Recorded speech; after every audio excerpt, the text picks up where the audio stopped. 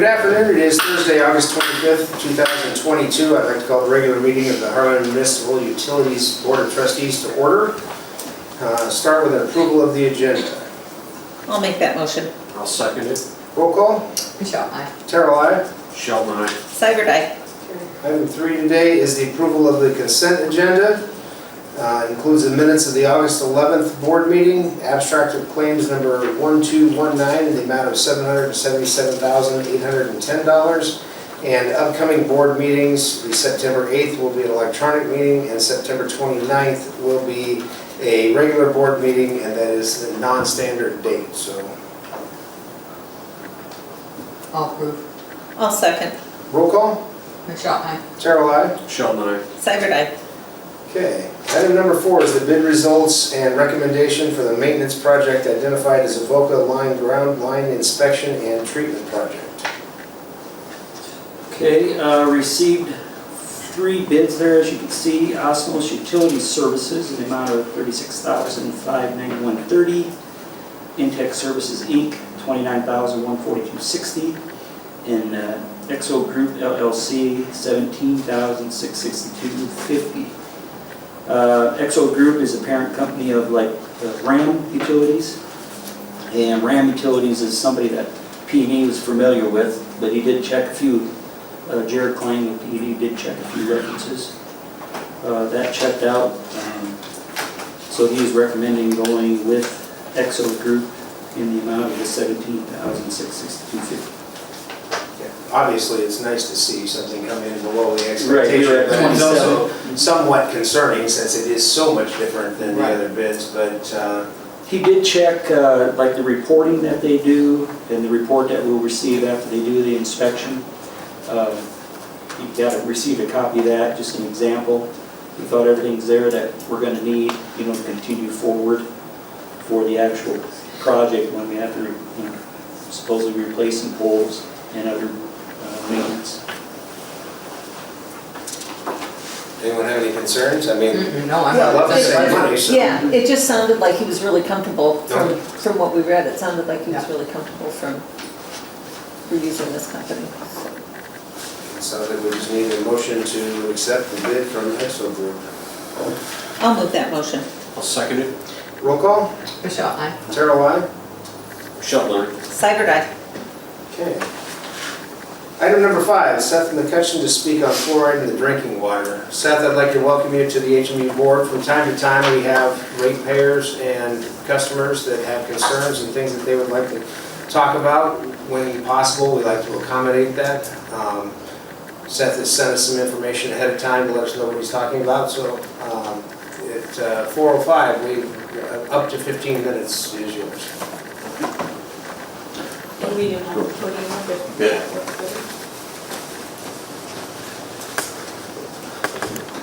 Good afternoon, ladies and gentlemen of the board. I appreciate you taking the time and allowing me to come here and speak to you. I wanted to talk to you about my concerns of fluoridating the water here in Harlan. Does anyone know why we put fluoride in the water for sure? It is Yeah, it was for teeth. yep, to prevent tooth decay. Yeah. So And children that don't have, a lot of kids that don't have dental care. yep, and then does anyone know the definition of medicine? It is a compound or preparation used for the treatment or prevention of disease, especially a drug or drugs taken by mouth. I know the concentration level we put the water to is 0.7 parts per million, which is the same as 0.7 milligrams per liter. And they say that is the controlled or the safe dosage. One thing is though that you can control the concentration, but you can't control the dosage. You can't control, if you got a construction worker that maybe works outside, he might drink more water, a lot more water than, someone maybe sitting in the office. So there's a potential that you could get, or that person gets more fluoride, and then obviously gets more of the side effects. Fluoride supplements require a prescription from a dentist, physician, or nurse practitioner. A potential risk of fluoride use is the development of dental fluorosis, which may occur when excess levels of fluoride are ingested. Fluorosis varies in appearance from white stations to stained pitting of the enamel. So I don't know if you caught that or not, but the reason we put it in is to prevent dental decay, but one of the side effects is dental fluorosis, which is, again, stained pitting of the enamel. So that kind of seems odd to me. A research study done in the 1990s found high concentrations of fluoride in pineal glands of study participants. Fluoride from water and pesticides accumulate in the pineal gland more than in any other part of the body. After accumulation, they form crystals, creating a hard shell called calcification. Only 11 countries in the world have more than 50% of the population drinking fluoridated water. Australia, Brunei, Chile, Guyana, Hong Kong, the Irish Republic, and America is another one. And actually a lot of more modernized nations actually ban fluoride from their drinking water. Australia, Belgium, China, Denmark, Finland, Germany, Hungary, Israel, Norway, and the Netherlands all refuse to use fluoride for consumption. 76% of the population in the US live in cities that fluoridate the water supply at a concentration of, as I said before, 0.7 parts per million or 0.7 milligrams a liter. Whereas in, for instance, Europe, only 2% of the population receive fluoridated water at a concentration of 0.1 parts per million or 1 milligram a liter, 0.1 milligram a liter, which is a pretty big difference. And just to put it in perspective, the amount of a milligram, if you took a teaspoon and then divided it into milligrams, there are 4,929 milligrams in a teaspoon. Results show that metal content varies with batch, and all hydrofluorosilicic acid samples contained arsenic or arsenic in addition to lead. Some of the other metals that are found, because like I said, it varies in batch, arsenic, lead, uranium, mercury, thallium, cadmium, cesium, beryllium, and thorium, just to name a few. I don't know if you guys have your, I had Jen print off some safety data sheets of the HFS. This comes from your supplier. This is their fact sheet. And just looking through this, I know the idea is that this is at the concentration that they sell it to you at. And that's what this is all we're talking about, but it actually refers to other things too. Just for instance, I went through and highlighted most of your guys' stuff. But here it says, just for starters, recommended use, industrial, manufacturing, or laboratory use. Doesn't say, I haven't seen anything in here where it says they recommend you put it in water. On page 2, unknown acute toxicity, 25% of the mixture consists of ingredients of unknown acute dermal toxicity. I find it kind of strange too that after 75 years of research and how many thousands of dollars gone into the research, there's still stuff of unknown, unknown levels. And then, sorry, on page 3, most important symptoms and effects, both acute and delayed symptoms. It goes through and it tells you the damage is done by the hydrofluorosilicic acid at different concentrations. Down at the bottom of that paragraph it says, weak solutions less than 7% penetrate deeply before causing tissue damage and surface involvement may be minimal. So it's saying that it could be soaking your skin and you're not going to notice anything on the surface. Symptoms such as nausea, systemic fluoride toxicity has occurred following ingestion. Symptoms such as nausea, vomiting, and abdominal pain, reduced heartbeat, and blood pressure, shortness of breath have been reported. In some cases, death occurred in less than 1 hour following ingestion. And I didn't know if you noticed too, on page 2, I highlighted the skull and bones symbol up top there. That doesn't look like anything I want and anything I ingest. But then on page 4, down at the bottom, handling and storage. And this is, I've noticed that the last one and this one are on a different page too, but you can see it in incompatible materials. He names a few of them, and then the last one is organic material, which I believe is us. Environmental exposure controls. Do not allow into any sewer, on the ground, or into any body of water. Local authorities should be advised if significant spillage cannot be contained. So, and granted, I'm sure they're talking about this in the barrel as you get it, but when you spread it out through the water, you know, it goes everywhere, and actually 99% of the water does not get ingested. A lot of it's used for, you know, bathing, washing hands, watering lawns, filling pools, stuff like that. So, you know, watering lawns, it's kind of like a loophole to dump it, you know, in the environment, because it's against the law to do so. It's actually against international law for them to dump it in any ocean or anything like that. On page 6, in section 10, stability and reactivity. Releases heat and toxic irritating vapors when mixed with water. That's kind of funny. Product in water is a strong acid. It reacts violently with bases and is corrosive. And again, incompatible materials, organic material. And then again, on the next page 7, I highlighted that, I already covered that. Then there's a chart right below that. Component information, and it lists all the components of the hydrofluorosilicic acid. And over on the right, it is labeled as lethal concentration. And it's saying 1.11 milligrams a liter for the fluorosilicic acid at a ration in 1 hour. So they're considering, the way I understand this is that they're considering if you drink that much worth of fluoride in less than an hour, it's considered a lethal concentration.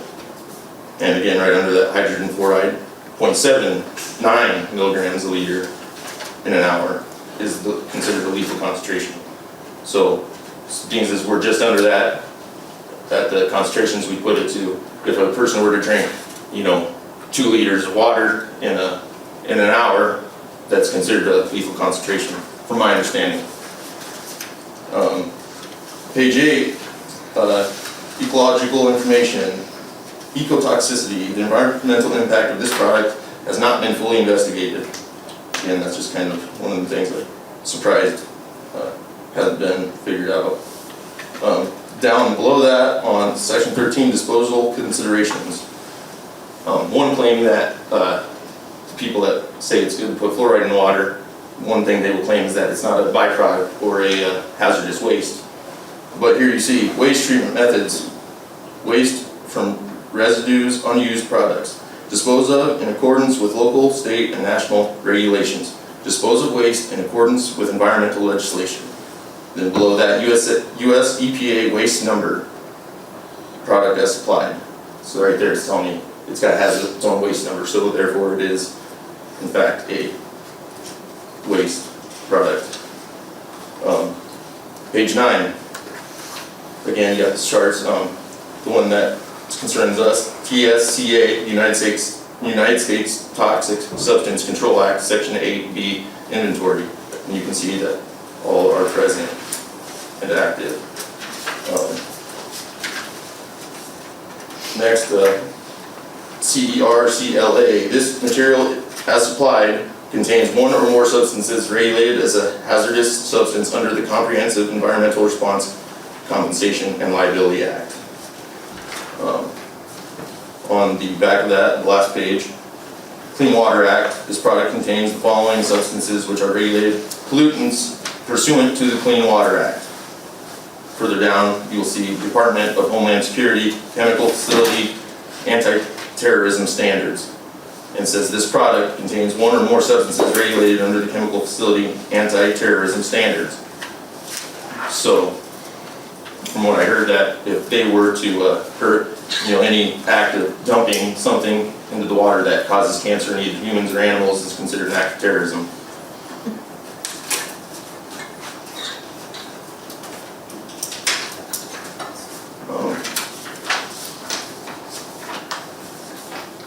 Here's another thing that I find interesting. On some of the information that I was sent from the water treatment plant manager, on the American Fluoridation Society, they have a whole page of ways to debunk claims such as mine, which is kind of crazy to me. If you have one of the top 10 medical achievements of the 20th century, that should speak for itself. You shouldn't have to spend so much time and energy into debunking what are said to be false claims.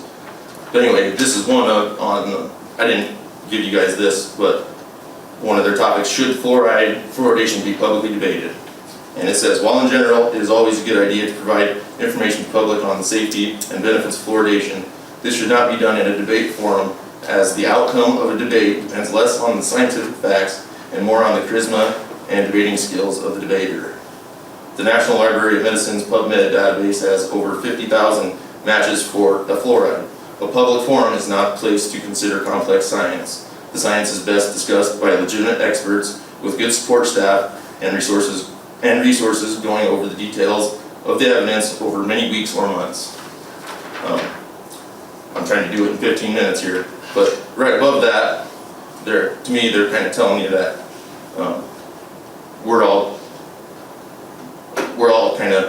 we're too stupid to be able to know anything about fluoride, so we should leave it to the experts and don't question it.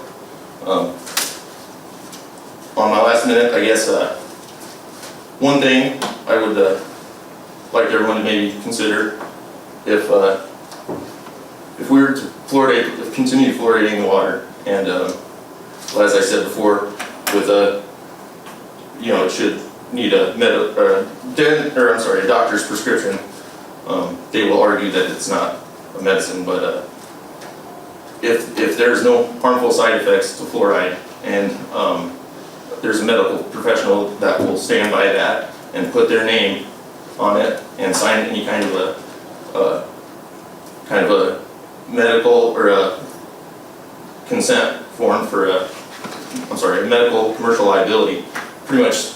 So in the future, if people are found to have adverse effects to fluoride, that there's someone to go back on, just the same as if you were to go to the doctor and get a prescription, he's going to sign his name and date it, saying that it's okay for you to take that. And so without that, I don't see a good reason to be putting it in. Yes, your time is up, and I want to thank you very much for sharing your concerns with us. This is the whole point behind we're a community, and we're glad to know that there are concerns raised, and as a board, we will take that into consideration. So, thank you very much for your time. you're welcome. Okay.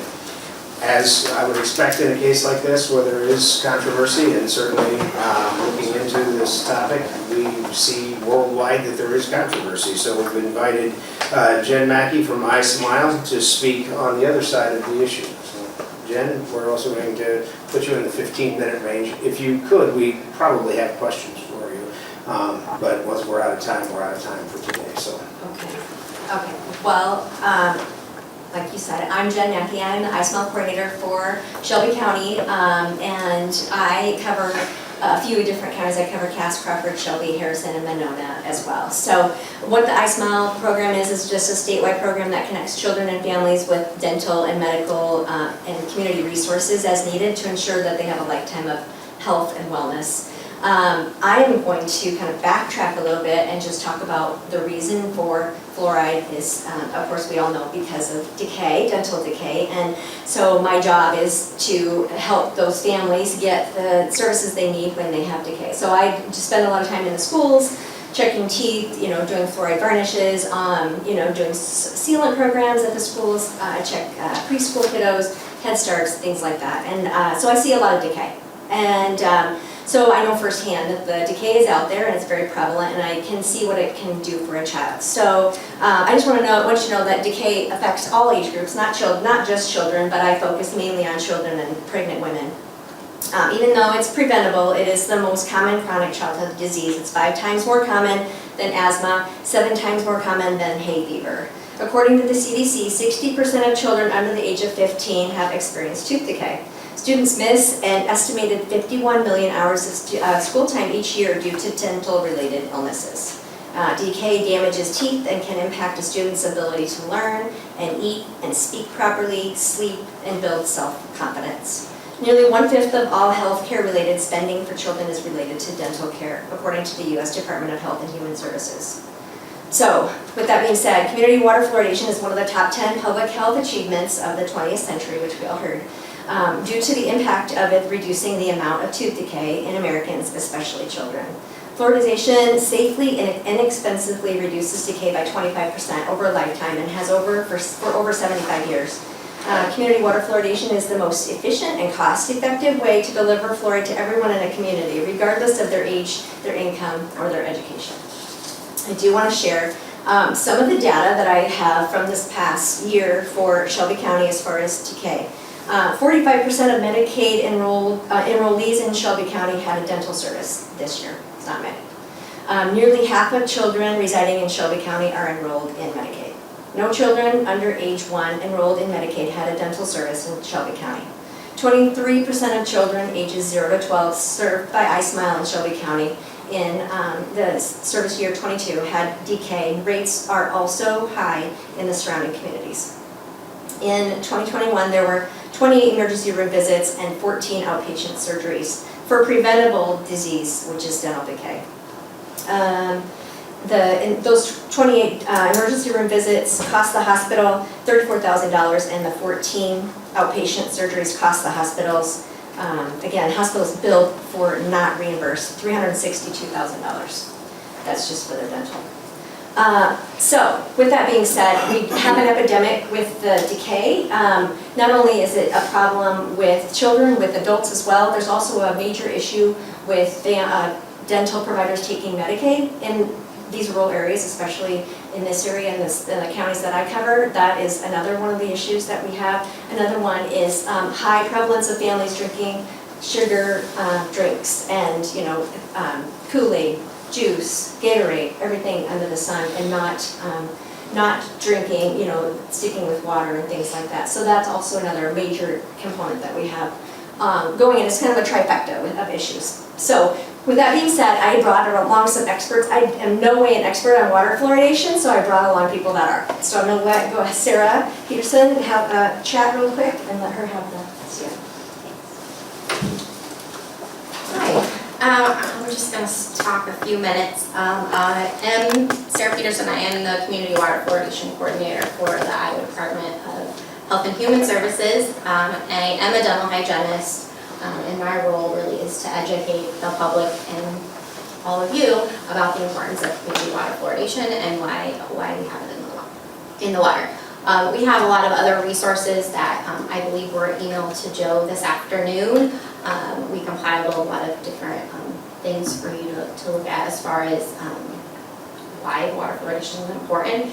And also we worked with the American Fluoridation Society, Dr. Johnny Johnson, who's on the Zoom now, on some items that kind of were refuting things that were given to you previously that I think you might want to look at. But if you have questions today, Johnny would be a great person to ask those questions to. So we kind of talked about community water fluoridation and why we do it and what it is. As we know now, the recommended level is 0.7 milligrams per liter, which really provides the best protection for cavities. There's been a lot of research, as we know, over the last 75 plus years as why that is the level that's effective. There's a lot of studies out there that maybe aren't as reliable, that are at levels much, much higher than the 0.7 milligrams per liter as far as the health effects at those levels. The 0.7 milligrams per liter is consistent to what Harlan has been doing for many years. In fact, you have received many community water fluoridation awards over the last almost 10 years. We look back 2014, and that's really from the CDC for your excellence in maintaining the optimal level of fluoride in your water at that 0.7. Donald and everyone does a wonderful job at ensuring those levels stay at that level and don't go below that. And really, he sends those to me every month to make sure that we're on track and not above or below where we need to be. So, and like Jen said, water fluoridation provides really a frequent and constant contact with low levels of fluoride to prevent at least 25% of cavities. So really, the 0.7 milligrams per liter that you're using in the amount of water is really very, very minimal to the amount of water that your community is using a day. It's very, very minimal. Community water fluoridation is safe. So there really is no credible scientific evidence that states fluoride at the level in fluoridated water at 0.7 in the United States causes any adverse effects on children or anyone, not just children. The safety and benefits of fluoride are well documented. They've been reviewed extensively for accuracy by scientific and public health professionals, as stated for over 75 years. They have considered all available evidence in peer-reviewed literature and have not found any convincing scientific evidence linking water fluoridation to any potential adverse health effects or systemic disorders. And as kind of mentioned, to be able to have water fluoridation in your water, you have to have it regulated, which there's NSF 60 certified products. You're not able to use any fluoride that's not certified, and there's much research that goes into making sure that those are safe to be able to put into the water. And considering the safety data sheet that was given to you, there is safe handling practices that are used by water operators daily to make sure that they do not come in contact with that fluoride in a way that would harm them. And those amounts, as in other items such as anything else you add in the water, can be toxic if given at a high dose, which is not what community water fluoridation is about. And I just wanted to quote something from the CDC as far as community water fluoridation of fluoride products being natural. Some consumers have questioned whether fluoride from natural sources such as calcium fluoride is better than fluorides added artificially, such as fluorosilicic acid or sodium fluoride. Two recent studies, which I can provide to you, demonstrate that the same fluoride ion is present in naturally occurring fluoride or in fluoride drinking water additives. So the metabolism of the fluoride, depending on if it's natural or artificial, does not differ depending on the chemical compound used, or whether the fluoride is present naturally or added to the water supply. So I think that's important to know. All water sources have some type of fluoride, so that's where you get that. But really the fluorine ion that's used is the same regardless. And just one last point, community water fluoridation really does benefit everyone in a community. It's really health equity in action daily. So your optimally fluoridated water reduces cavities for the entire population, regardless of the person's age, insurance coverage, access to a dentist, or their ability to pay for care. So as Jen said, there's kind of an access issue here in Shelby County and this rural area. So the simple investment in public dollars for water fluoridation really has a big impact on your community. Some children may only have access to tap water. They may not have access to a dentist. They may not have access to fluoride toothpaste. So this may be the only way they're getting fluoride. And even adults, depending on their situation, or maybe someone that lives in a nursing home facility, they're not able to access a dentist regularly, or they have trouble even maneuvering a toothbrush, or not able to get help. The tap water that they're drinking may be the only source of fluoride that they're getting to help prevent cavities. We in Iowa proudly have nearly 90% of our water systems fluoridated, so higher than the national average. So I think that's something to be proud of. I'm proud of that, and I will continue to educate on the importance of community water fluoridation, and we'll take any questions you have if we have time, or if you have questions for Johnny specifically on anything, I'm sure he will be able to answer. I just really want to thank you for allowing us to talk today about water fluoridation, and I'm happy to provide any information to you.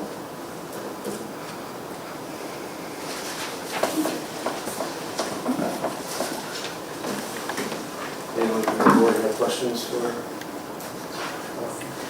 anyone we asked now? I appreciate the fact that we had most of this material to read ahead on, so so those that are tuning in, please realize that there's the board's coming in here pretty well informed with the material that was provided, not necessarily getting this information firsthand from the presenter, so thank you very much. I want to remind everybody in the public that this was a fact-finding day, an opportunity to hear both sides of the story. Ultimately, any decision on what the future of fluoridation in Harlan would be up to the board. If the board found anything today that they felt that they wanted to pursue at another level, we're certainly open to those options. If you in the public feel that you have something more that you would like to add, I know I would accept any email you would like to send. My email address is on the HMU website. This is something we take seriously, and while we have a long history of fluoridation, we also believe in hearing what the customers have to say. So if there's things out there you would like to share with us, one way or the other, I'd be happy to hear from you. That is the amount of time we have allotted for today, so I'm not going to continue any questions and answers on this subject, but if you have comments you'd like to make, please forward them to me. And thank you, Seth, and thank you, Jen. Everybody that was involved in putting this together, I know it was quite a bit of work, so thank you very much for that. And we shall discuss it in the future, I'm sure. So, Thank you. onward to item number 7 is the West Central vendor agreement. Joe, you're up. Yeah, that's a contract with West Central on utility payment assistance. And I guess on the billing side, Jen, I don't know if you've got anything to add to that. I mean, it's just a yearly, correct? Yeah, it's just their annual contract, basically stating that if we want to accept the assistance from them, the terms that we have to follow on their end. In case you're curious, over the last year, with the LIHEAP funds, there was 346 households that were assisted for a total of $223,000. And there is an additional $14,000 guaranteed on the way through the crisis funds. Did the contract change at all? Nope, Matt reviewed this contract last year and there was no changes, so we didn't have him look at it again because everything was exactly the same. Yeah, we need a motion to approve the vendor agreement. I'll make that motion. Second, Roll call. Michelle, aye. Terrell, aye. Sheldon, aye. Cyber aye. All right. Item number 8, the nepotism hiring policy. Yes, that item mirrored, there was some discussion, I guess we had it with David also, looking at maybe kind of paring things down there as far as being more immediate family, eliminating the tie to cousins, nieces, or nephews, and eliminating that from the policy. Jen, can you give us some history on this? No, you can't. This policy was changed since I've been on the board to be more restrictive. And basically what you're looking to do is go back more like what it was, a little less restrictive as honestly, the hiring pool is small enough in a small town that it's become restrictive and we may be missing out on some of the best candidates. Before this policy was put in place, we just basically had that first paragraph that was in our handbook. And then 2 CEOs ago, when CEO Wenzel was here, he instituted this. That was brought to the board and approved. I do not know the exact year. Okay. I do remember the circumstance, and I believe that the idea of eliminating issues that can result, or that can arise from nepotism was the goal, but I'm not sure that, I think we may have, personally, I think we may have gone farther than we needed to. And that is really the goal behind this, so. And this policy does cover not just hiring, but once you're an employee, the reporting relationship after. If you, I don't know if you read through the pages or not. Yeah, so this is really not about internal to the organization, it's an external perspective, right? Or, No, this would be internal, this would be. yeah, but I mean, what I'm saying is it's really the outside perception is really what we're trying to address, I think is probably more, rather than an internal hiring, firing, promoting process. So I think the way it is written is fine, with the only exception is that Joe, or the CEO, has the ability to approve it, but there is some sort of, whether it's just a reporting or some sort of validation that the process was followed that goes to the board. Does that make sense? So it's the board, which represents the citizens, has the ability to kind of go, yep, this was the most highly qualified person that applied for this position, validating your decision. That would be the only recommendation. Then we don't end up with what probably led to this becoming more stringent, which is an external perspective. No, there was not one instance that led to this. We just did have, we have, being a small community, Right. a lot of relation that works here. So he was putting this in place to prevent that from happening in the future. Family members overseeing other family members. But we did not have any issues per se that an incident happened where we needed to change it, if that helps at all. Okay. Yep, it does. Yeah, I think traditionally the board has stayed out of hiring. We really don't get involved in approval of hiring and that sort of thing in advance with the CEO in most cases.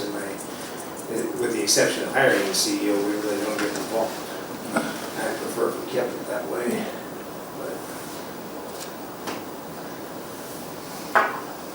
Yeah, I'm not saying we're involved in the hiring process. We're just involved in the policy adherence. So, and I'm just gonna ask a question because I don't always understand what you mean. So, if we come across one of these situations, you're saying then you want us to bring it to the board? No, what I'm saying is that as of Joe, the CEO is authorized to make a decision. on It's just that it is the board's responsibility to make sure policies are being adhered to. It's just, he just provides this, just like he does for a lot of other things where it's just information only. And we, by exception, are just kept informed. So do you want to just scale this down so that each time a decision doesn't need to be made for these extra cousins, nephews? I think, is that kind of what the objective was? Yeah, it was, So that I mean, if we have a policy, we're not just making an exception every time? So this policy we're looking at here is the current policy. That is the current, policy. yes. And the goal here was to pare this down to where we were dealing only with immediate family Family, and correct. eliminating the cousins and aunt, uncle level. and then that way we're not necessarily making an exception at certain times. Like Right, we're saying, I okay, we're don't following believe we policy. need to make an exception because, at the cousin level or the uncle or aunt level, I don't think that's close enough. That was kind of the conversation. Correct. So you want to change it to just immediate family? Correct. I guess we just want. Because isn't everybody related in? We haven't written a new policy, this is. No, this was just for discussion. This is discussion only. Yes. Um, I'm pretty Yeah, sure yeah. everybody's related in Yeah, ours. board action required, or No, discussion only, yes. Yeah. I I And that way personally, we can bring a I per- final yeah. back. I personally believe that there needs to be a nepotism policy when it involves immediate family, but I think past, I don't think cousin or aunt and uncle level should be inclusive. That's my opinion. If I'm wrong about that, Or No, niece, nephew. yeah, niece, nephew should not be a disqualifier in my opinion. Okay. Just So do you be- want to keep up to partner, parent, child, sibling, and then in-laws? The in-laws is the interesting one. That one I could be persuaded either way. The rest of them I think should be, still require a CEO exception. In-laws, anybody got an opinion? I wouldn't want to be making decisions and having to make a decision about how my in-law is, meaning, I'm assuming father-in-law, or are you talking about? Yes. This says brother, sister, father, mother, son or daughter, step-parent, stepchild, foster child, grandparent, or grandchild. I would just say immediate family. Yeah, I don't think, Just out of this list, who do you want to take out? That's all. So I would say, I think is what I'm hearing then is partner, parent, child, sibling. yeah, get rid of the first cousin, uncle, aunt, nephew, niece. Brother-in-law, sister-in-law, father-in-law, mother-in-law, son-in-law, daughter-in-law, step-parent, stepchild, foster child, grandparent, or grandchild. I'd get rid of all that.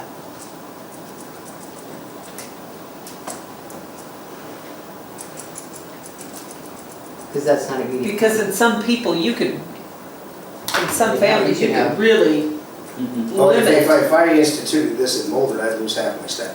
Yeah, It's just how it is. The town's not that big. Right. There's a lot of relation here, so it makes sense that, at the end of the day, the goal here is not to discriminate or eliminate anyone. The goal is to put the best possible staff together that we can. And in order to do that, we need the flexibility to seriously consider these people without having to go to Joe for a special exception every time, because that's unrealistic and that puts way too much responsibility on Joe to make that decision. The best thing to do is to have a policy that's workable. Do you guys, directors, have the authority to hire independent of the CEO's approval? Right We now? do not. Yeah, so what are we talking about here? You have to approve I mean, I should hiring, say, right? I don't know if we have the authority to. We always, after the committee meets, we always go to the CEO and say, this is the person that the committee has picked to hire. And get their blessing beforehand. And if somebody is related, we let them know right up front. Well, I would say let them know, and then if they have a problem, like if this is the boss, this is the employee, and if he has a problem with his boss, then he would go to an outside source to talk to them about it. Mhm. I mean, that's, So the key, I go back to, is to eliminate the appearance of an impropriety in which we are hiring family members and others that may have applied are left to file whatever grievance or petitions that we are hiring family members. Or being promoted or Correct. not being Yeah. disciplined. So we're a professional organization. We should have a policy in place that prevents or explains that, how the process works, and thus we forego having to have these issues surface in the future. So whether they've surfaced in the past, so. I mean, the city, doesn't the city have, I used to know what their policy was, I don't know if they still I do. couldn't quote the exact, I mean, I know Yeah. one family that's probably 3 people work there. yes. At one time, they had to go to city council, I believe when Kelly Yeah. Miller was hired, but I don't know Okay. if that's still the same. That would still be the case. Because that was about the same time we changed ours, I think. But I'm not sure if that's still what they do or not.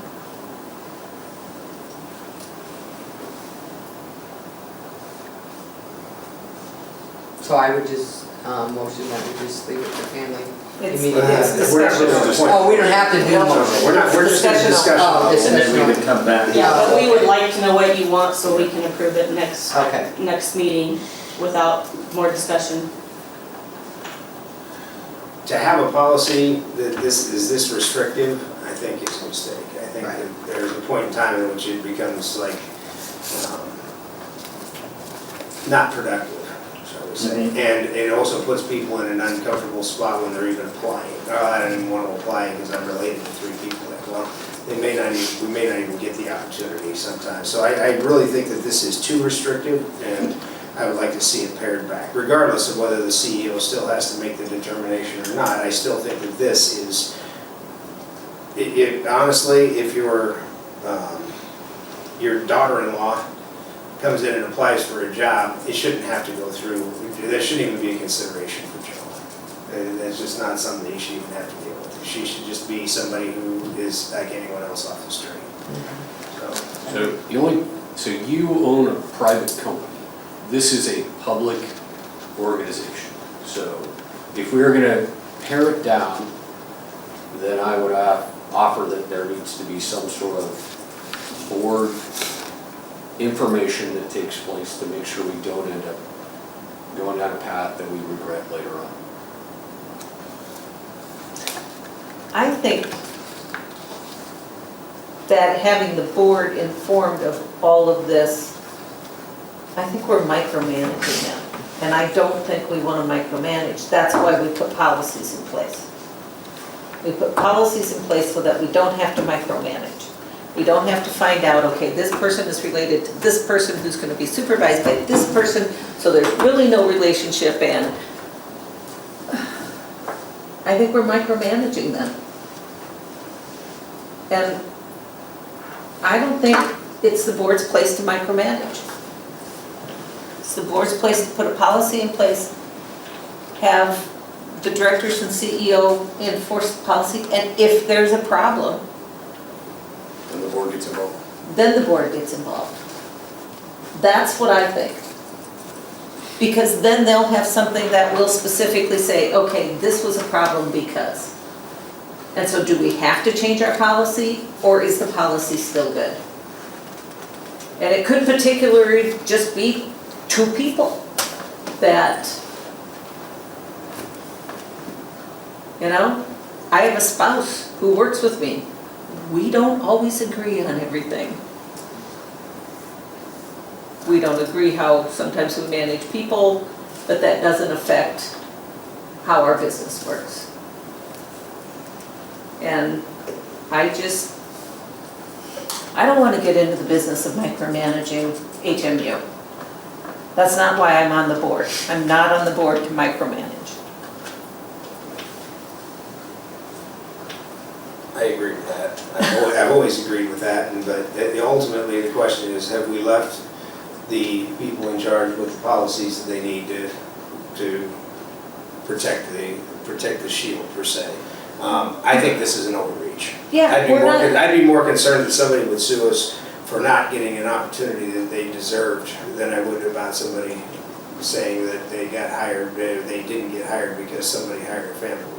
So Yeah. I think this is too restrictive, and that was the whole point behind this, was Right.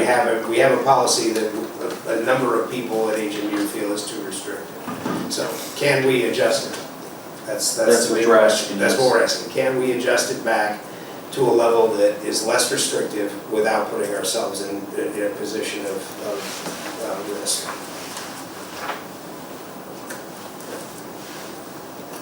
I don't think there's a company in town that doesn't have a brother, sister, mother. I don't know how you could. Yeah, I mean, I think every single company in this town has that. Whether it be public or non-public, I mean, it's city all public, right?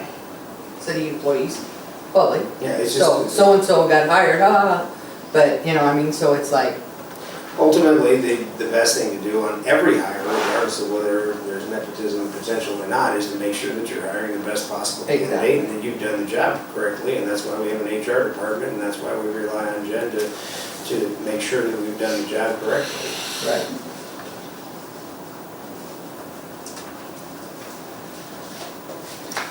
Yeah, I guess, like I said, that's all we're looking for, is just to kind of open it up so we got a larger pool to work with.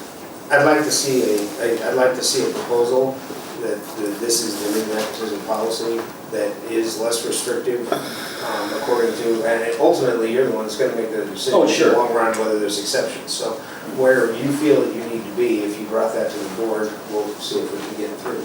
Okay, So all right. I think you've got a pretty good idea where we all stand on Yes. this at this point, so. Thank you for the discussion.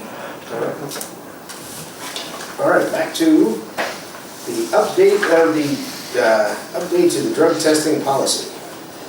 This was brought at the last meeting. We added the last sentence of the first paragraph. And I know there was some questions there that Jim had there, and I think maybe we kind of worked through that at this point, Jim? Yep. Yep. So I think it's just bringing it back again just to get action on that item. Okay. Is there any additional discussion? We'll entertain a motion. I'll make that motion. I'll second it. Roll call. Michelle, aye. Terrell, aye. Sheldon, aye. Cyber aye. Okay.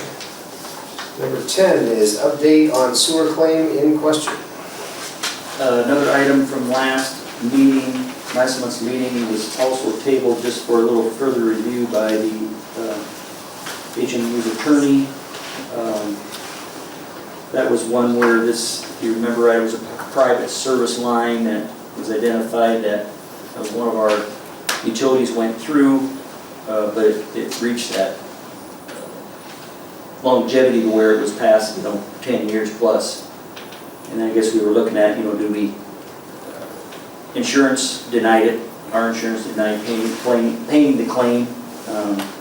So then I guess the question came was, if or could we even pay for it through the general fund? I guess that was the question that was presented to Matt.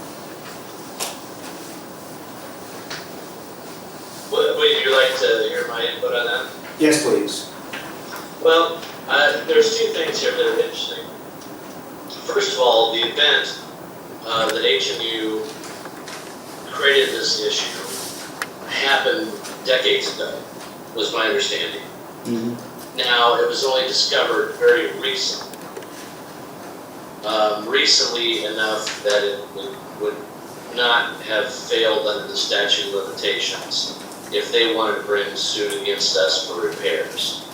Now, my legal advice, I'm leaving it up to the board. It can be paid to the general fund. You can wait to sue, have them sue you.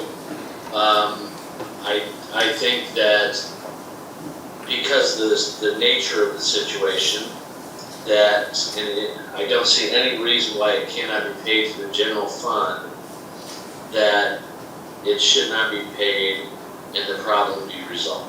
I think that would be protective. I think it would be wise. I think it would be helpful for the public and the customers as a whole to understand that, even if our insurance company isn't paying it because of the statute of limitations, does not mean that we don't recognize that it happened.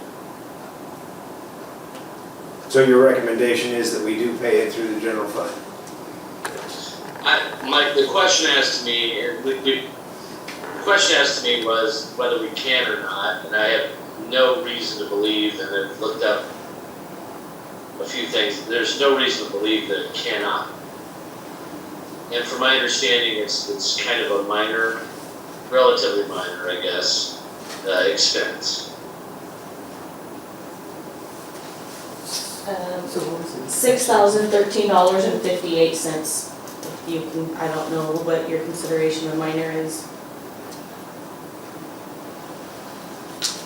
In the interest of full disclosure, this is one of my employees, and I can assure you that it is not minor to them. So, I didn't hear you, Dave, I'm sorry. I said in issue of full disclosure, this is one of my employees, and I can assure you that this is not a minor expense to them. So should you be excused from voting? Should I be excused Well, from no, it? He will not understand. I will not vote, so. Well, and that's fine, and I agree with that. I want to make it clear that I did not know that prior to giving my recommendation at all. That's one of your employees.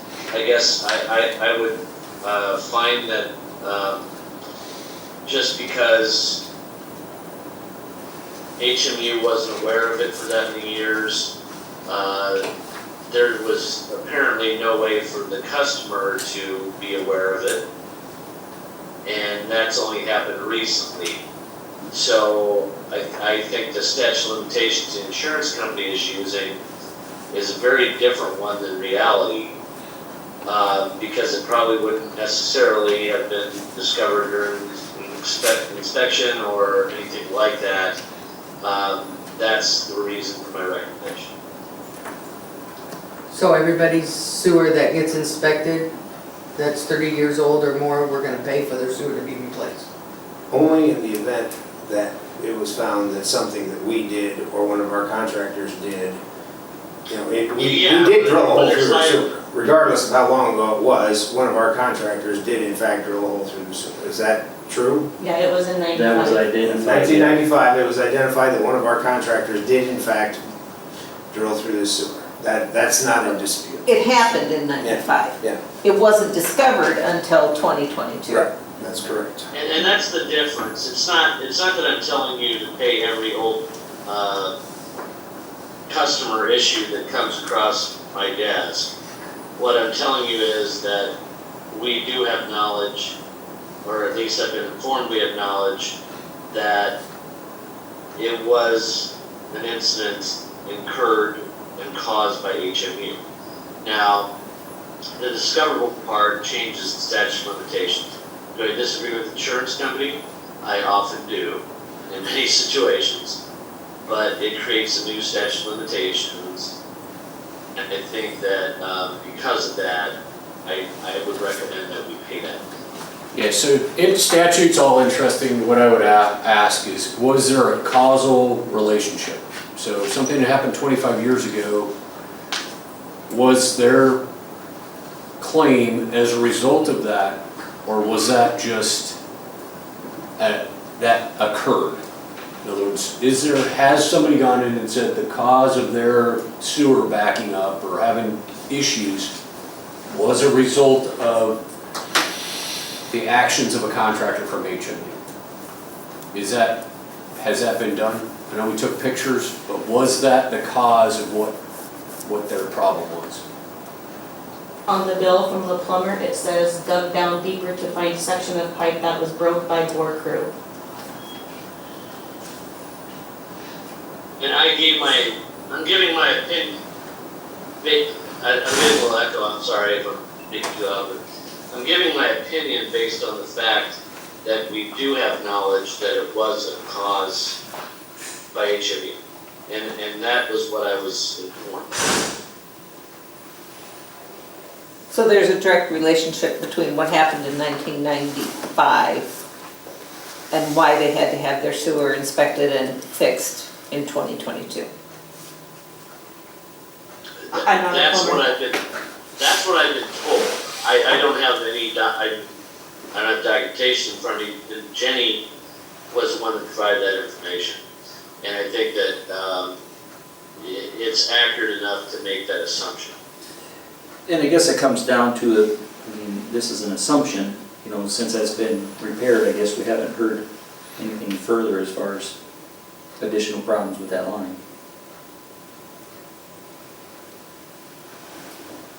And I think as long as we have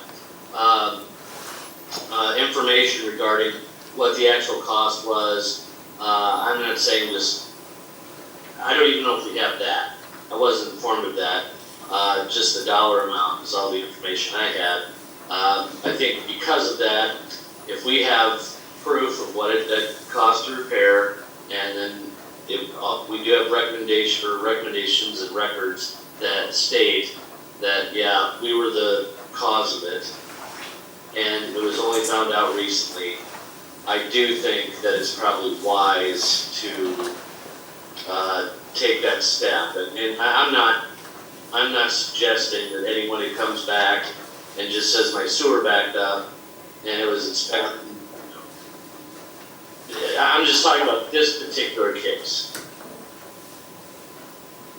Does that make sense?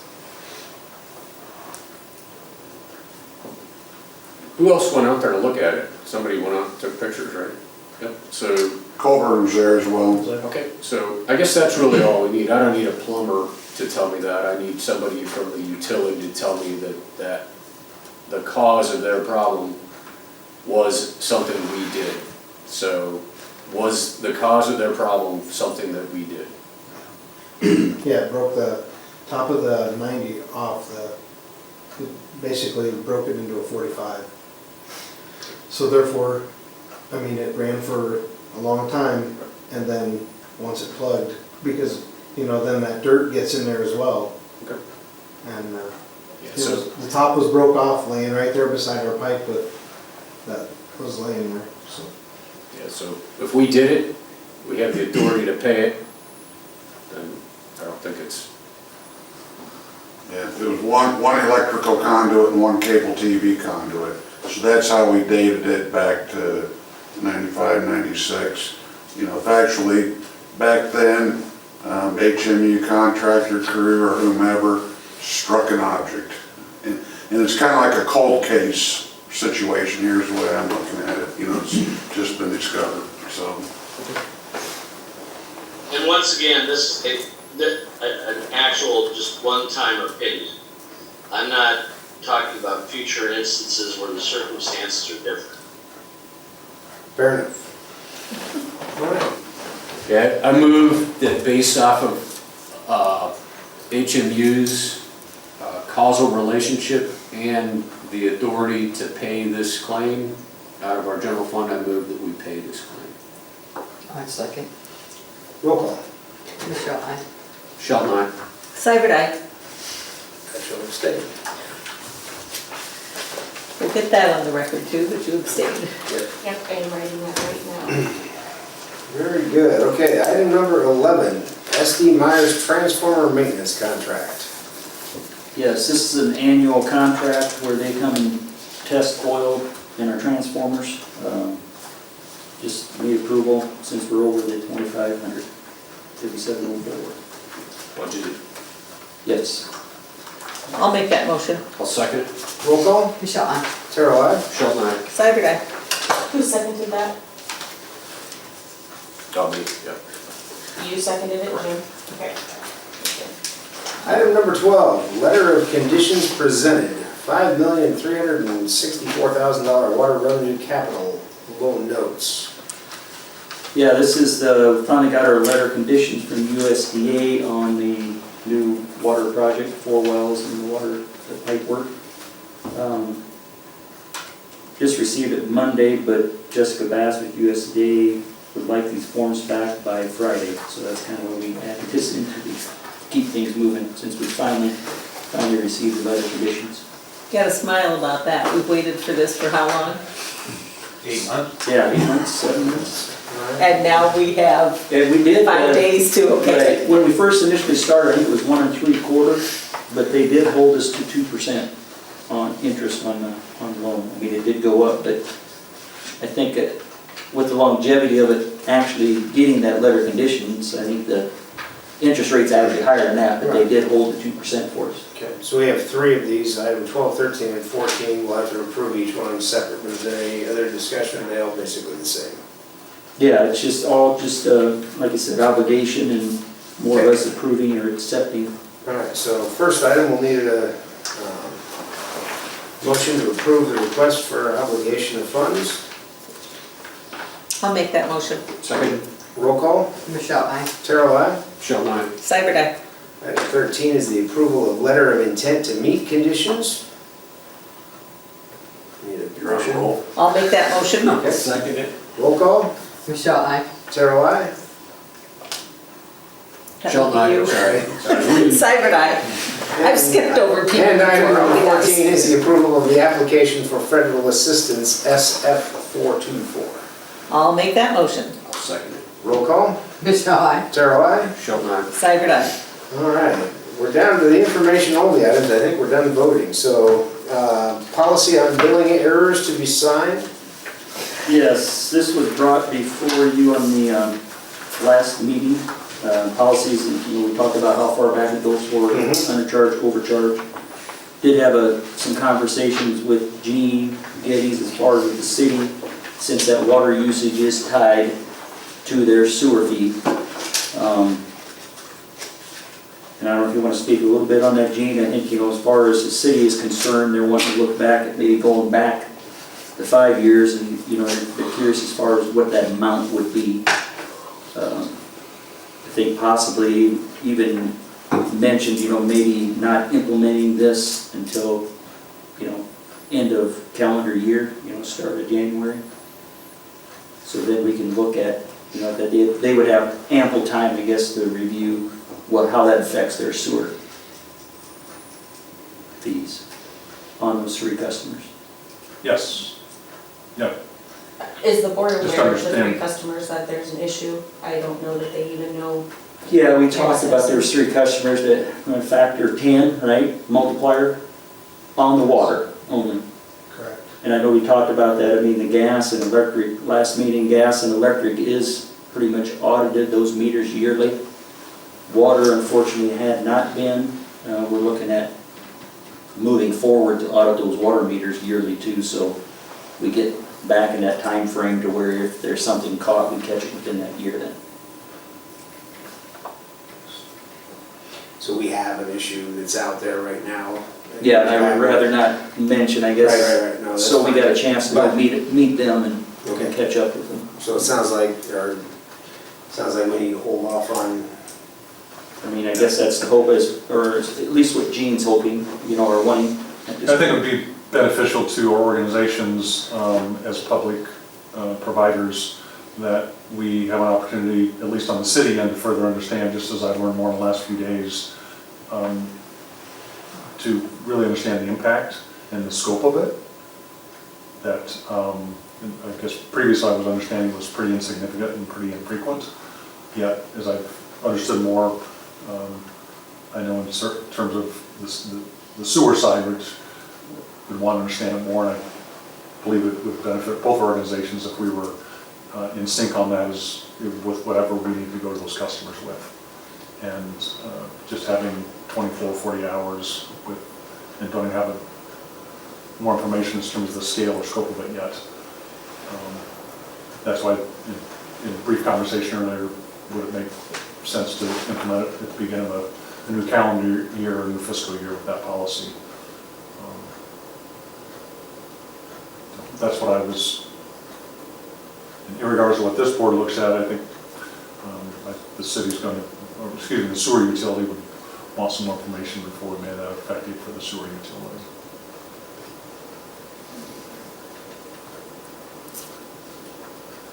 you need action from us in any way on that, or just? Just a question, if we're gonna go back and not approve that, then how do you guys want us to handle errors from here until January?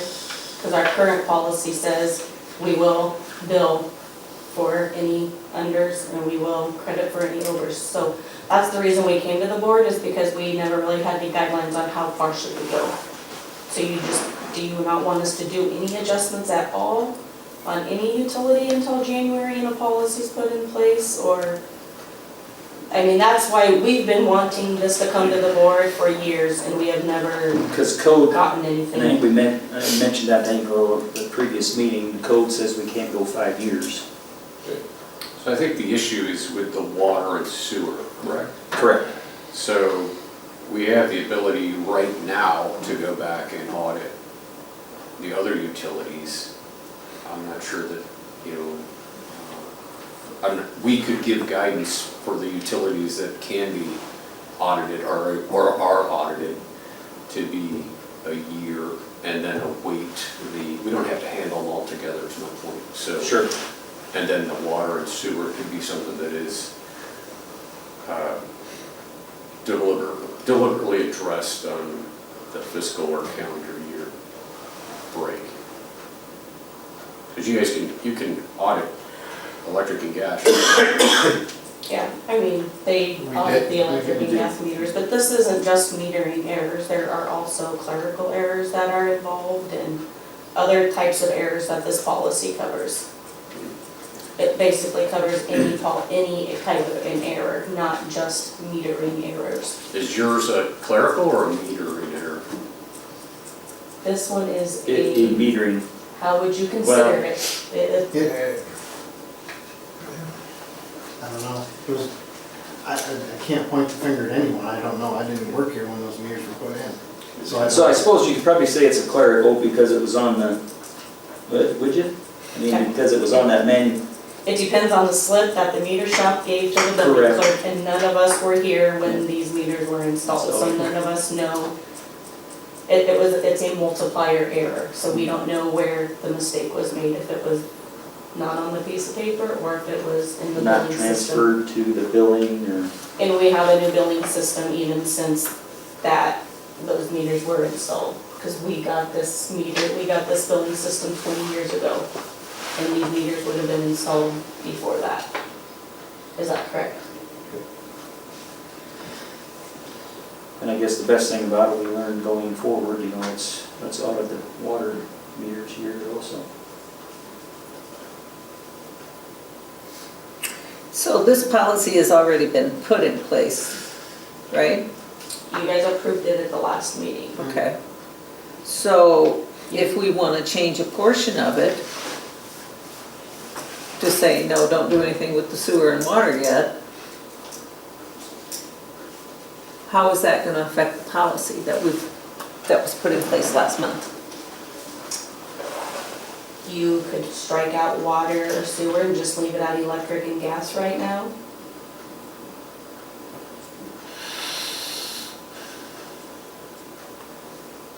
Or you could just rescind it altogether and go back to normal, and then we just come to the board every time we have a major billing error and see how far back you guys want to go. Or rescind until January. And we still have that time period between now and January. If we find any errors, what, So I guess the question really is, how long will the city need to go back and study what it is? Just need more information from, yeah. And I think both boards, quite honestly, would want to understand the scope and scale of it. And maybe the HMU board does already, I know the city side doesn't. We do not.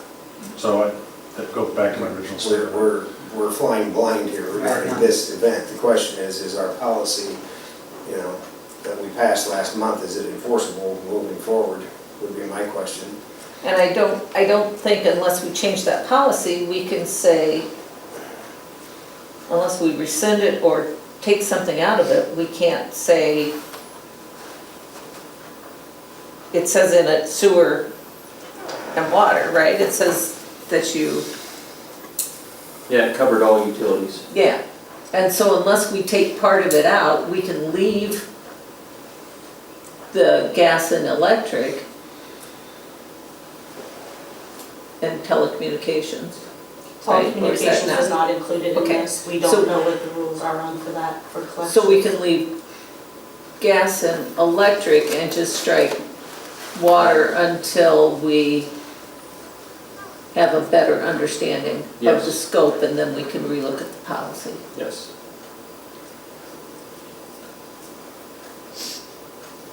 So you guys can strike water, sewer, or landfill.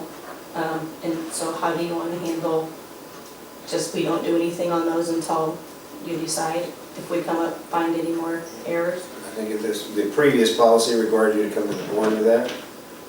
Is that correct, or there was no policy? On accounts where there was issues, we did come to the board for just basically for payment agreements. We didn't come to the board to see how far we should bill back. It depended on the situation. And I guess the most situations that we had, looking back in records, everything was within, I think 16 months or something like that, it was caught. Or you could go back to an exact date Yeah. of when something in What this happened. is over 20 years. This one was another thing, it's length of time. I mean, I think the policy we voted on last time was intended to rectify having lack of visibility on errors and then having time with which to make fiscally informed decisions, both for the consumer and also for the utility. So, I mean,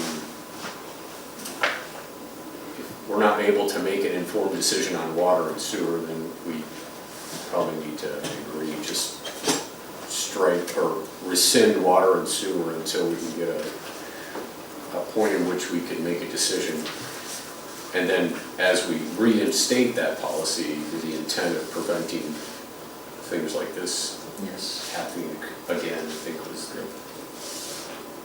intent behind that discussion.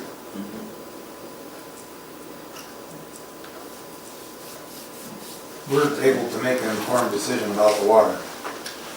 We know how much water that has been used in order for the billing here. That's not the problem. It's the person unaware that No, it's our utilities, electric, gas, and water, we're able to account for those errors. So our utilities are covered. It's the other sewer and landfill correct that, or the city needs to figure out, discuss what they want to do. We have our reader meetings, we know how much they used, and so we can account for that. Right.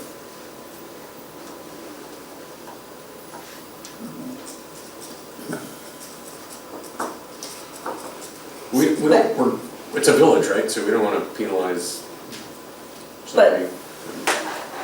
Can we strike the sewer? Or is striking the sewer going to make them look at it and say, okay, you charged us this much more for water, and now you're coming back again and charging us this much more for sewer? Correct. If you don't keep the policy consistent, and say our board has approved that we go back 1 year for water, so now we're going to charge them 1 year for water, but then the customer wants to know, why am I getting charged 5 years for my sewer? There's gonna be that inconsistency, and then I suppose they would just be referred to the city, and maybe the city could bill that from their own instead of through our billing system, so that they could keep track of the back billing. I'm not sure. As a customer, I would wonder why I only got billed 1 year for my backwater usage, but I'm being billed 5 years for my sewer. Or vice versa, if I only get a credit back from HMU now, but I'm gonna get 5 years back from the city. Why is there that discrepancy? A lot of customers don't understand that we just bill for the city, we don't have any control over their policies. So that's just something to think about when you're revising this, if you're gonna try to separate out the water and the sewer. We would like to at least remedy the water side of it, and maybe at least get those customers billed correctly from here on out. But they haven't, one customer has been corrected, the other two customers haven't been corrected, so they're still being billed the incorrect amount. We were hoping to have this resolved so that we could let them know what the amount back would be. So, I mean, at this point, I guess it does maybe make sense, you know, to strike the water sewer, and then we move forward until we get it resolved. I guess that's, I'm still happy with and actually kind of proud of what we came up with. I think it was the right move. It was the right move at the last meeting. I still think it is. The fact that the city's not on board with that is not necessarily our problem. That's where we run into, you understand the concerns. This whole fact that we do the billing for the city has been a nightmare for quite some time over a lot of different things. This makes no exception. So, unfortunately, we are currently in that position, but what is it that the city wants from us? Is to repeal what we did so that you guys can... I think this, if I may, Chair, Yeah, just offer that I believe the policy going forward for this 1 year look back, I believe makes a lot of sense. Yet I think what I've learned the last 24 to 48 hours is isolated, and the city doesn't have enough information about the scope of those customers. So the city is waiting that information.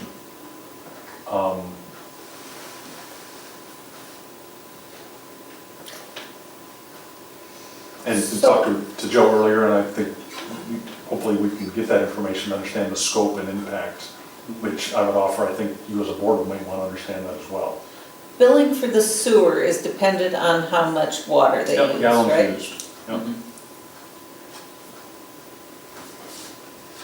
And if it's a couple thousand gallons a year, okay, that's one thing. If it's X-fold that and a multiplier hasn't been applied, I think we'd all want to understand what that is. Are we rushing this just because tonight is the meeting? Or if you, I mean, when will you be satisfied that we can make a more informed decision? Is it a week, a month? Yeah, I mean, I think we can get numbers to you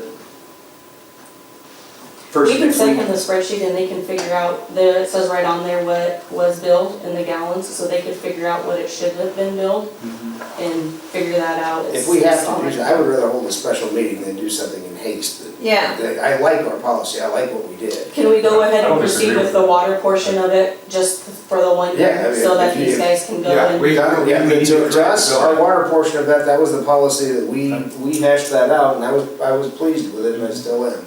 So yes, as far as what we do with the sewer goes, if we need to have a special meeting in order to change something to work with the city, that's fine, but I would rather not change our policy.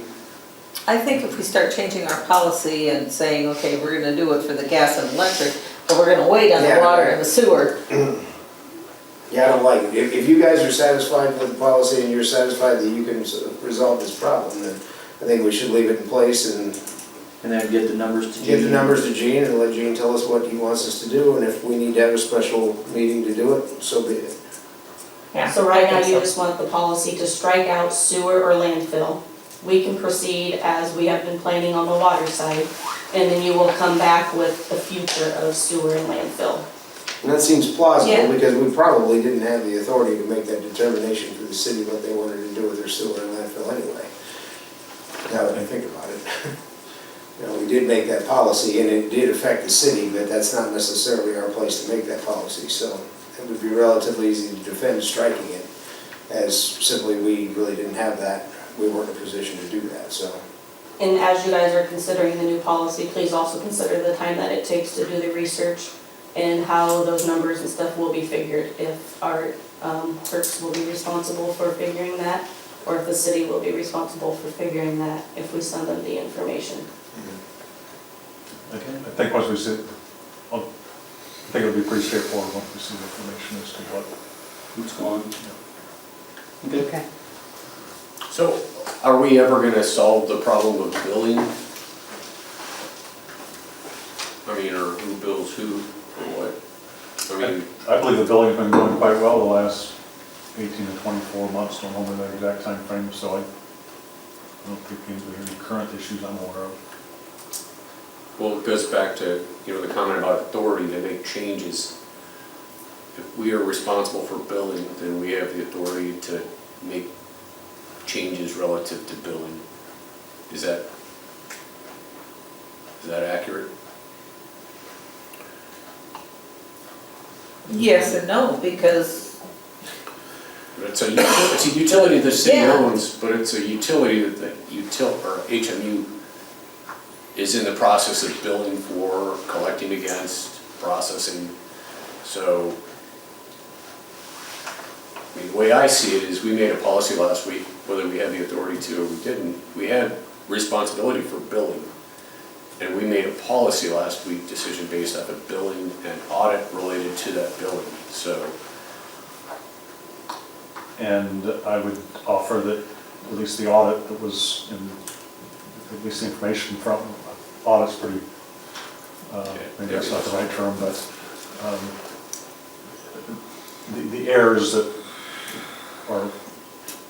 had occurred, at least the city didn't have the information and the scope of that. Yeah, so if the errors were conducted on, or appeared on HMU's side, is it then HMU's responsibility to, to pay the city, or?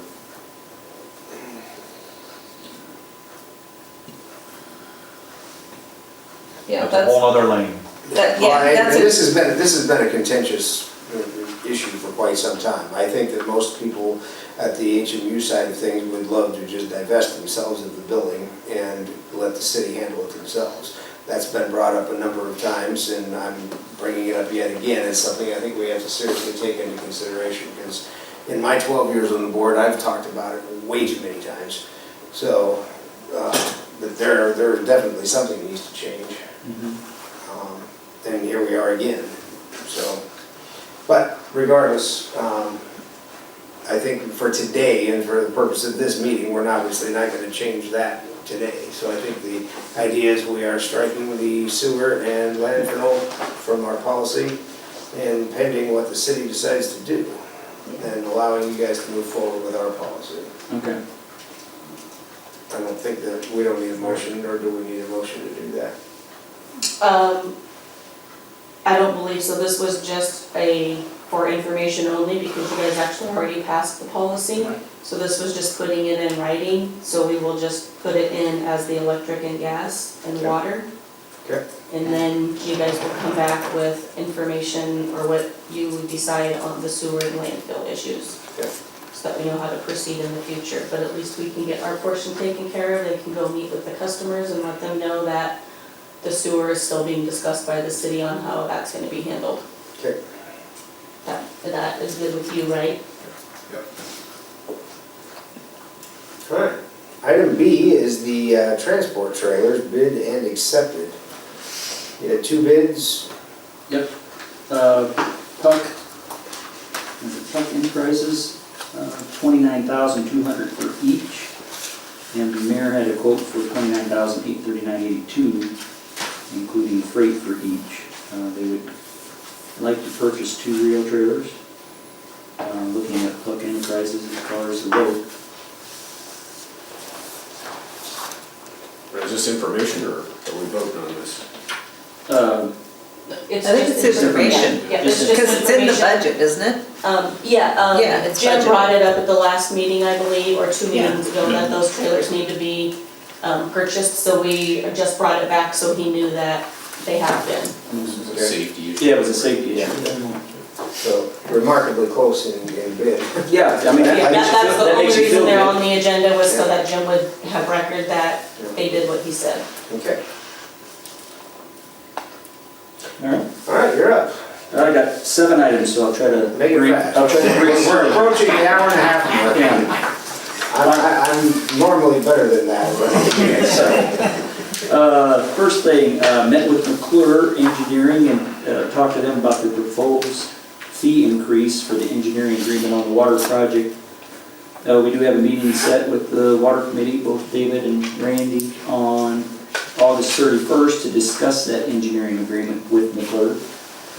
Just kind of have them explain some of those increases, due to some scope change in the project. So we're just trying to nail that down before we come forth with that final agreement, engineering agreement to the board. Item 2, met with Essentia on August 18th. Discussed with them the need for that easement that we're waiting for, legal control, for new well number 35, which would be in the east well field, just on the east side of Maple Avenue. We do need a legal control, which is a 200-foot radius circle which goes into their property. That is kind of holding up our construction permit from the DNR, and we made that aware of them, so they're going to kind of move that ahead, so we get that 4th well approved by the DNR as part of the project. So, and then we also discussed status of the new water project with them, maybe the estimated volume of water that they would need. They're looking to expand that expansion that they put on hold possibly could happen in 5 years. So we did discuss maybe, additional amount of water they may need, and also additional volume of natural gas needed. So that's just kind of on the horizon, gives us a chance to, we'll have some more meetings with them to try to see is that getting closer to that expansion, so we know what we have to provide. Item 3, met with Bill Lindley. He is with Clayton Energy. He is an actual gas purchasing company. Right now, Goulburn does all the purchasing for HMU. There's been discussion, I guess, as far as having him take over that spot, because he does represent all the municipal utilities or city utilities in Iowa except for 3. Harlan, Osage, and Cedar Falls are the 3 that he doesn't represent. He's been in business about 29 years. We did some reference checking. I guess everybody that's using him is very happy. And I guess the claim is too, during that polar vortex, you know, he thought he could save us quite a bit of money because he can kind of move gas around within his group, you know, and use that from the other customers that he has. So that's another thing we kind of want to bring up with you and Randy too at that meeting on the 31st also, David. Okay. Met with John Burmeister, PFM, August 4th. He's helping us look at that water rate increase.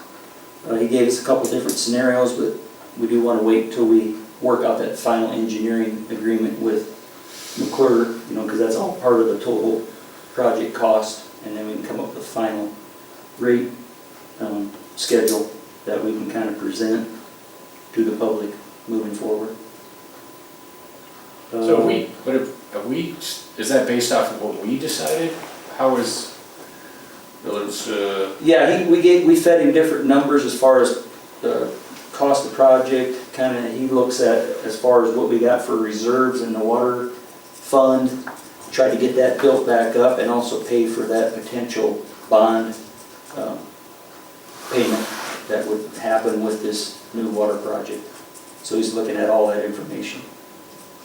And I think once we settle down on that, that's something, you know, we would come to yourself and Nello with, once we get something kind of ironed out there before we actually, you know, say this is it. that would be good. Yes, that was the plan. So, but like I said, once we get this engineering agreement figured out, then we can have a little bit more solid numbers. Met with, number 5, met with Tenaska, who is our power purchasing company. On August 23rd, we discussed with them as far as some of the reports that we're still using Marlon Verbas with. You know, he was the one that was involved previous.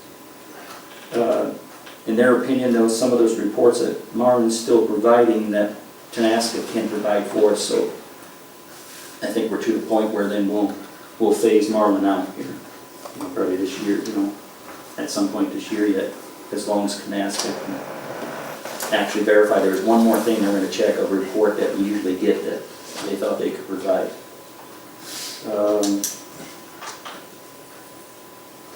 Last thing would be state auditors will be on site Tuesday, August 30th to gather information pertaining to, you know, it's back on our billing with the sewer and landfill, that state audit.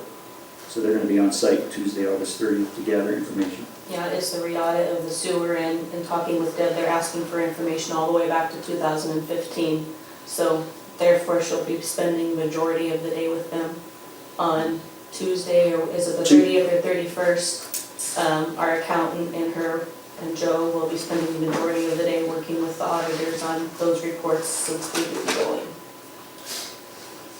All right. And then any idea of how long it will take before we get a report back on that from the state auditors? And she's been working with them already online with some other reports for the last 2 or 3 days. Yeah, she's been sending some electronic stuff, but have they no want to come idea. on site and get, because, correct me if I'm wrong, Jamie, our electronic goes back 3 years, and our vault goes, what's in our vault goes back 5. I believe so. We have 5 on paper, so a lot of this is manual work that has to be done.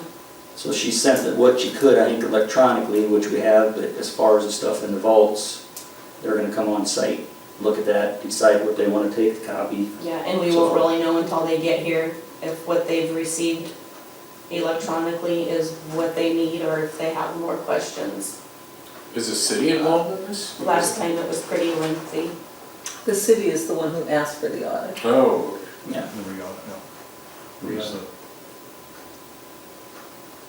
yeah. And that's the last one, well, one more thing, do have one August anniversary, Paul Winger, 22 years, All right. and I'm done. All right. he's still. That wasn't too bad. I will open it up to questions, but I hope no one has any. Yeah, so I do though. One, so we've just been approved, or we've approved this $5.2 million or $5.3 million water project that is designed to fix what is currently in Harlan, in the city limits.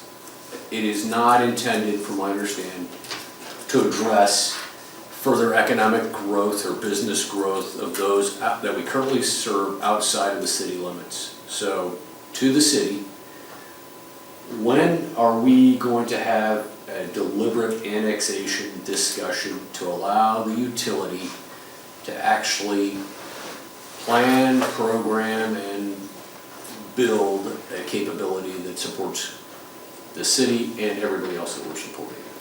Have we, or are we gonna talk? Is there any interest at the city or the county to have annexation discussions? What are we gonna annex?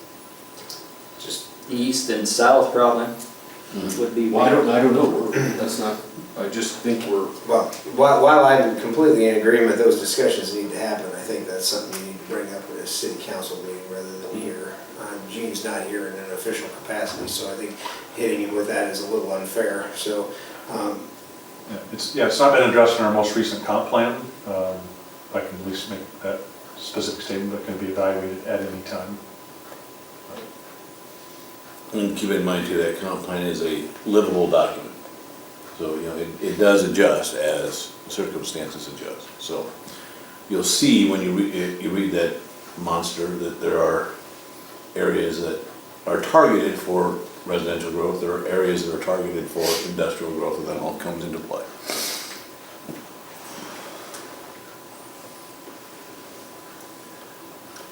What time's that? You want to leave? What's that? You want to leave at 5:30, right? Okay, I'm gonna consider this adjourned. Thank you, everyone. Yeah.